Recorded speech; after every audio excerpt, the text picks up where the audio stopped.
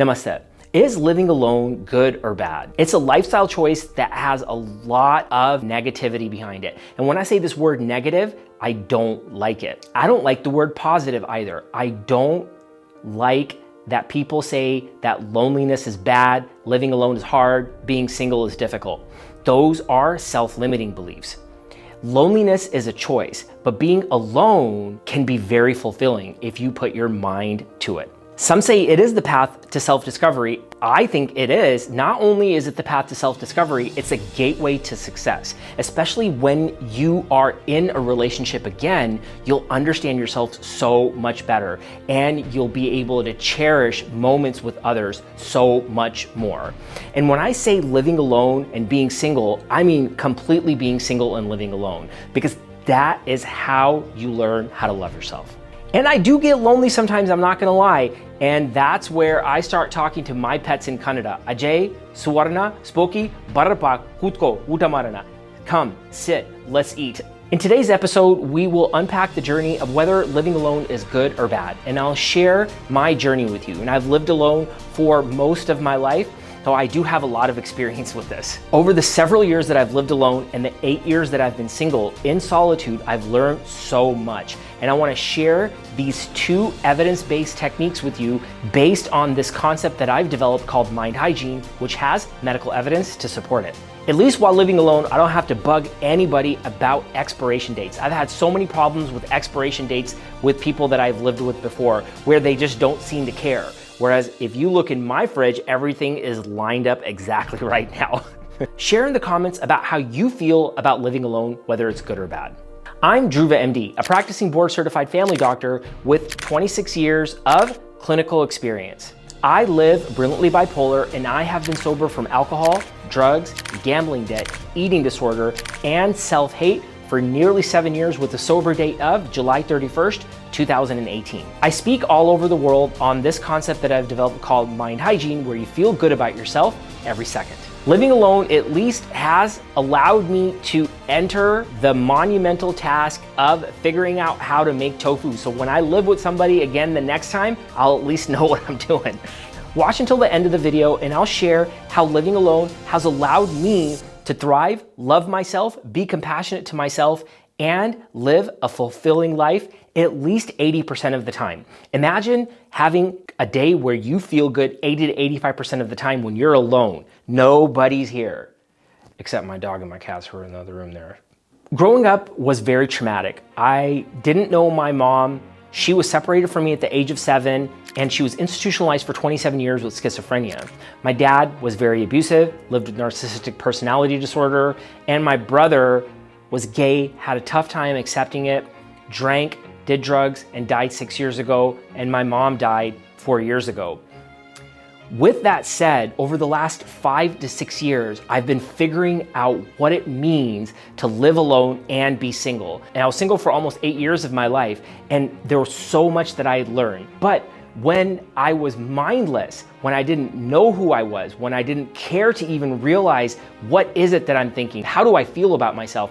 Am I saying all of these bad things about myself? Do I doubt myself? Do I not believe in myself? Do I really think that I'm stupid? I didn't know what it even meant to not be like that because of the people that I was surrounded with. People who are fair weather friends, the people that you drink with, that you smoke with, that are not there when you get sober or when you start elevating to the next level. You have to figure out ways to discover yourself, accept yourself, show yourself compassion, and develop a routine or what I call investment. Otherwise, you're not gonna stay on track. You're gonna fall off. You're gonna try to overcome your thoughts, control your mind, drink, drug, eat bad, gamble. I'm not saying you're gonna do that, but that's what I did when I was living alone. I was single and I did not have a routine and I did not show myself love. Let's start with number 1, the power of self-compassion. And number 2, the role of a purposeful routine or an investment. The power of self-compassion. When it comes to self-compassion, people think of it being positive. I don't agree with that. I don't agree with positive or negative emotions. That's a judgment.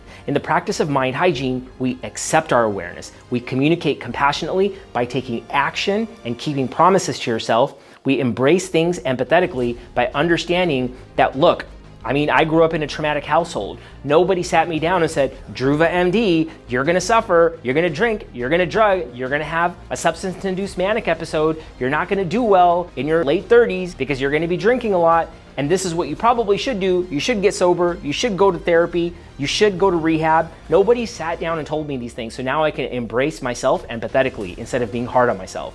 And I can soften the process by not talking to people that complain. Now what I do is I wake up and I start writing to my mom. I look at different meditations that I've created for myself, different frameworks. Meditation is where you're focused on one thing. You don't need to be sitting like this with incense burning in the background for you to meditate and close your eyes. You want to be able to live that life. You want to be able to meditate as often as you can all day long by just injecting yourself into the power of writing. Studies show that you can be kind to yourself and it'll dramatically improve almost 300 times more if you write. And when you write things down, you understand it so much better and it becomes black and white. You don't need to keep it. You don't need to look at it again, throw it away. But you may need to write one scenario over 100 times to really understand yourself. That's when you can develop core compassion. The compassion can go so deep that it can go back into generations, where you can understand that this generational trauma of hatred was not just from your parents. A study in the Journal of Psychology showed that showing yourself self-compassion can reduce feelings of being lonely and increase your overall life satisfaction. Some of these words I don't like, the word satisfaction especially. I just want to be emotionally well. That may not be good or bad. If I start judging my feelings, I'm gonna just get out of control. I don't want to be able to control anything, and I don't want to go out of control. I just want to accept and embrace. Number two, the role of a purposeful routine, or what I call an investment. You don't want to take risks when you wake up in the morning. You need to have a routine, or what I call an investment. Why do I call it an investment? Because I don't want to use some of these self-limiting beliefs. Remember, in the practice of mind hygiene, we soften the process. We don't use self-limiting beliefs. When I wake up, I don't want to take any risks. I don't want to say the day's hard or bad or good. I don't want to say it's easy either. I just want to create that structure so I'm not confused.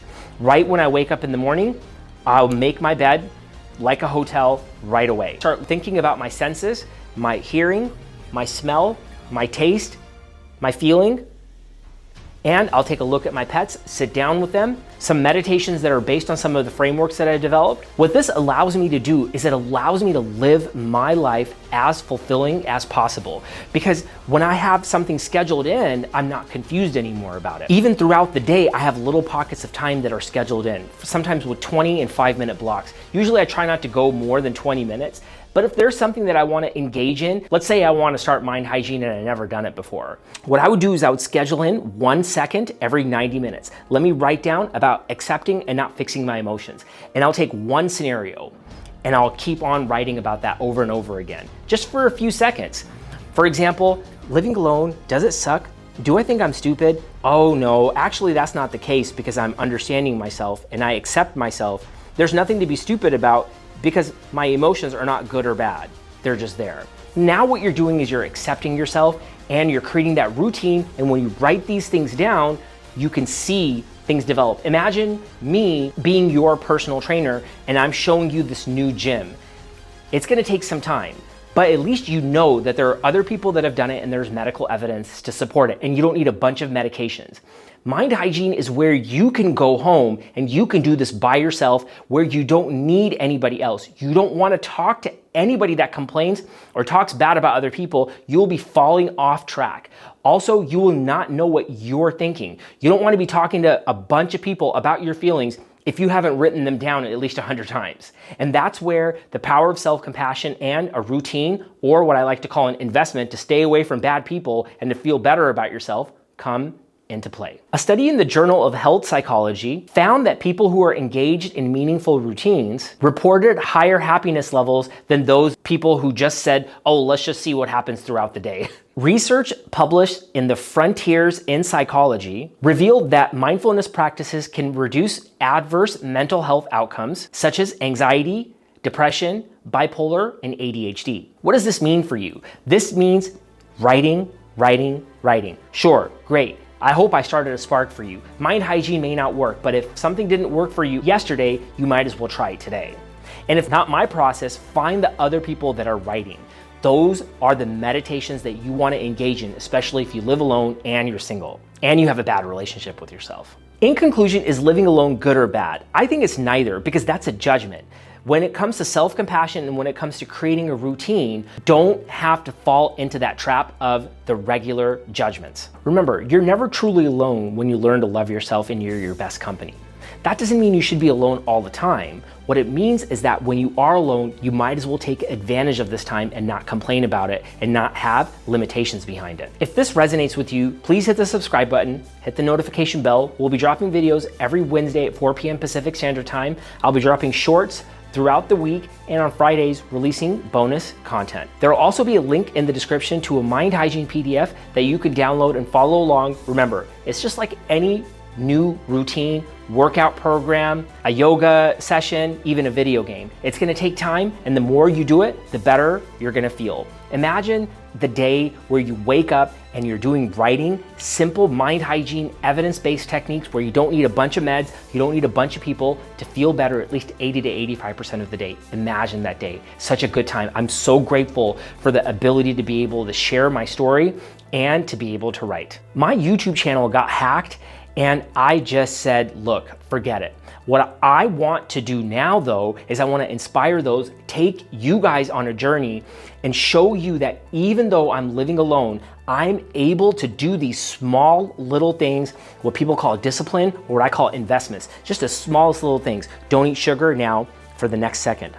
Work out for the next second, run for the next second, write for the next second. Imagine if you just keep on compounding those, and over a period of 6 to 8 years, I've developed into this. But you don't have to wait that long. I'm not gonna say this is gonna happen right away. If you have these techniques that are ingrained, like I'm dumb, I'm stupid, I'm not good enough, I'm gonna be alone forever, it could take years for you to rewrite that. But if you were to do it regularly, 1 to 90 seconds, every 90 minutes, for like a year, you're gonna see such a big difference in your life. And you wanna be able to do that. Imagine if you're 25, you don't feel good right now, you got like 85 years left to live. Just invest this next year. What I'm saying, and maybe what other people are saying too, just find the people that are solution driven, get those routines, make sure you show compassion to yourself by taking action and keeping the promises that you make. Namaste.